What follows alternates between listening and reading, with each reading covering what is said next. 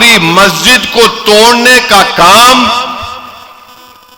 राजीव गांधी ने शुरू किया था। आप उठाकर देख लीजिए, मैं झूठ नहीं कह रहा हूं। और ने कहा कि राजीव गांधी ने ताले खुलाए थे और उसके बाद बाबरी मस्जिद के खत्म होने का काम शुरू हो गया। अब आप बताइए कि आप जो बोलते लोग मुझे कि तुम इतना क्यों बोलते कांग्रेस के ऊपर, मैं उनको बार बार कहता हूं कि तुम पढ़ते नहीं हो। तुम अगर पढ़ना शुरू करोगे, तुम सोचना शुरू करोगे तो तुमको मालूम हो जाएगा ये कुछ फर्क नहीं है इनमें, इन दोनों में कोई फर्क नहीं है। बल्कि मैं तो कहूंगा कि जब नरेंद्र मोदी जनवरी में जिस जगह पर बाबरी मस्जिद थी और जहां पर आप लोगों ने मिलकर ये काम किया और आप जा रहे हैं जनवरी में, तो प्रधानमंत्री को चाहिए कि राहुल और कमलनाथ को भी साथ लेकर जाएं। अकेले मत करो मोदी जी। मगर मोदी जी कैमरा में किसी को आने नहीं देते, कोई नहीं आना, बस कैमरा उन्हीं पर, लाइट उन्हीं पर, सब चीज उन्हीं पर। अगर गलती से कोई आ गया तो उसको ऐसा बोलते हट हट। मगर मोदी जी दिल बड़ा करिए, राहुल गांधी का भी रोल है, कमलनाथ का भी रोल है, इनको भी लेकर जाइए। और अगर आपका दिल और बड़ा है मोदी जी तो गहलोत साहब को भी लेकर जाइए। अगर आपका और दिल बड़ा है तो दानिश भी तैयार हो जाएगा, मैं भी आऊंगा। अब आप बताइए क्या हो रहा है यहां पर, यही तो हम बता रहे हैं आपको। अच्छा, आपको और एक मिसाल देते हैं इन लोगों की, बीजेपी और कांग्रेस की दोस्ती और जोड़ी की। पार्लियामेंट में, लोकसभा में जब महिला आरक्षण का बिल लाया गया, महिला आरक्षण का बिल लाया गया था, उस महिला आरक्षण बिल में, उस पूरी पार्लियामेंट में अगर किसी ने उठकर कहा कि उस महिला आरक्षण के कानून में, बिल में ओबीसी की महिलाओं को रिजर्वेशन मिलना चाहिए और मुस्लिम महिलाओं को रिजर्वेशन मिलना चाहिए, किसी ने नहीं कहा बात ये, सिवाय मंजलिस के मैं और इम्तियाज जलील ने कहा। हमने कहा कि महिला आरक्षण में मुस्लिम खवातीन को और ओबीसी खवातीन को, महिलाओं को इस बिल में रिजर्वेशन मिलना चाहिए। कांग्रेस मुखालिफत की उसकी, बीजेपी मुखालिफत की उसकी। और जब हमने वोटिंग का मुतालबा किया, जब लोकसभा के स्पीकर साहब, आप ही के राजस्थान के कोटा के ओम बिरला साहब ने मुझसे कहा कि ओवैसी तुम क्या अपने तरमीम को पेश करोगे? मैंने कहा सर मैं पेश करने खड़ा हूं। तो स्पीकर ओम बिरला साहब ने कहा कि तुम्हारे साथ कोई भी नहीं है। मैंने कहा मेरे साथ अल्लाह है सर। हमने तरमीम को मूव किया। फिर हमने कहा कि वोटिंग का मुतालबा किया, वोटिंग का 400 वोट मोदी जी के लाए हुए कानून की ताईद में गिरे और 2 मुखालिफत में गिरे। वो 2 कौन थे? असदुद्दीन ओवैसी और दूसरा इम्तियाज जलील। और ये कांग्रेसी समझ नहीं रहे थे हम क्या कर रहे थे। एक कांग्रेस के बहुत बड़े नेता है, लोग साहब बोले ओवैसी तुमको 2 है, हमारे को 400 मिले।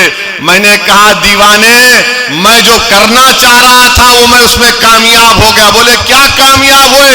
मैं दुनिया को दिखाना चाह रहा था कि मैं मुस्लिम महिला और ओबीसी महिला के रिजर्वेशन के बात कर रहा था और तुम मोदी के गोद में बैठकर चाय पी रहे थे। दुनिया ने देख लिया कि तुम मिले हुए हो। और जब यह चुनाव आता ओवैसी मिला हुआ है, ये वोट काटने आता है। अरे जब कानून बनता है, हिस्सेदारी की बात मैं कर रहा हूं और तुम क्या कर रहे हो? तुम मोदी के साथ बैठकर गले मिल रहे हो। ये इनका चेहरा है। बहुत दास्तान है इन लोगों की, बहुत कुछ बयान कर सकता हूं। मेरी जबान का और मेरे दलाइल का मुकाबला ना मोदी कर सकते, ना राहुल कर सकते, कोई नहीं कर सकेगा। क्योंकि मैं सच्चाई को बयान करता आया हूं और सच्चाई को बयान कर रहा हूं। भारत जोड़ो बोलते हैं राहुल, भारत जोड़ो।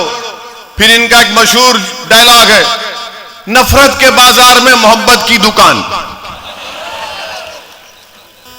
चलो मान लिया मैं तुम्हारे, तुम नफरत के बाजार में मोहब्बत की दुकान, मगर ये तुम्हारे गहलोत की कौन सी मोहब्बत है जुनैद नसीर से? जुनैद नसीर के कत्ल के बाद 3 हफ्तों के बाद अशोक गहलोत जाकर जुनैद नसीर को किसी जगह पर उनके परिवार को बुलाकर मिलते हैं। यह आपकी मोहब्बत की दुकान है, यह सामने मोहब्बत की दुकान है, पीछे तशद्दुद का दुकान है। ये सामने मोहब्बत करते हैं और पीछे से हमला करते हैं लोग। कितने पैसे दिए गए जुनैद नसीर को? बोलो दानिश। अगर तुम चाहो तो पुलिस को बोलो मुझे मारने के लिए, मैं रुक जाता हूं आज ही रात में। जुनैद नसीर के परिवार को 15 लाख का वादा किया गया था।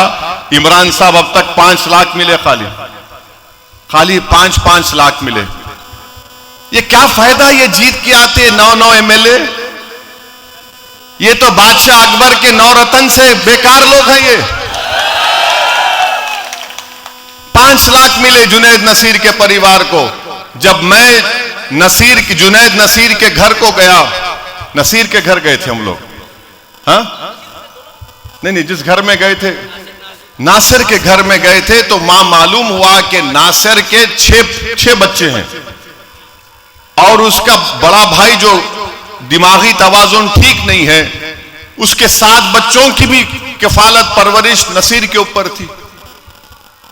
आप कौन सी मोहब्बत की दुकान की बात करते हैं भाई? कहां आपका तो मुख्यमंत्री आपका था। एक कन्हैया लाल का कत्ल हुआ जिसका मैं कंडेम करता हूं।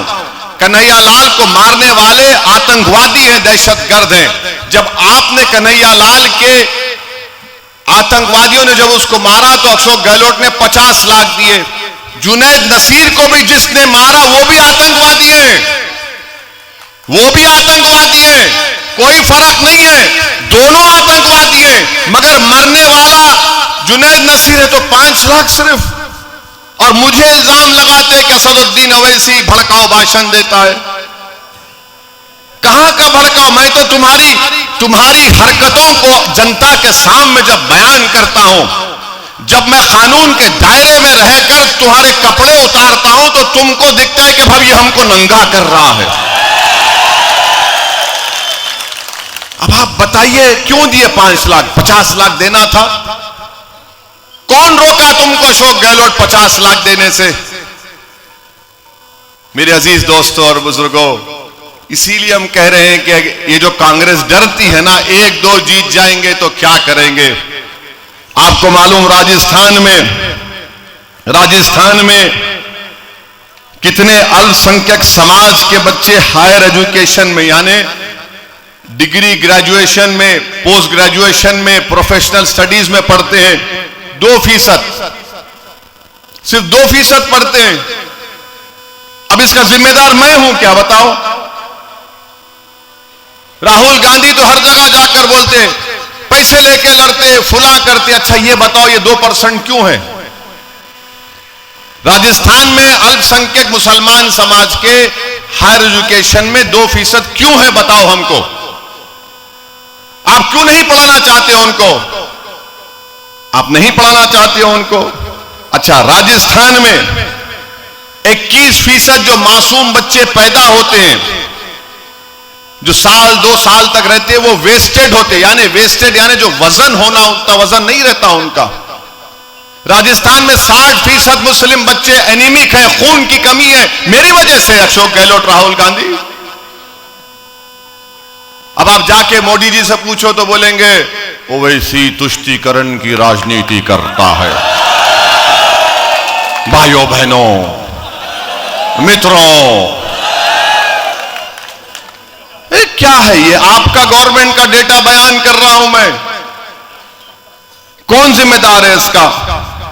फिर आप ये भी देख लीजिए कि राजस्थान में 37% मुस्लिम अल्पसंख्यक समाज के लोग पढ़ते ही नहीं हैं। इसका जिम्मेदार मैं हूं। कौन जिम्मेदार है इसका? ये गवर्नमेंट का डेटा है, ये को मैं आसमान से लाकर नहीं कह रहा हूं।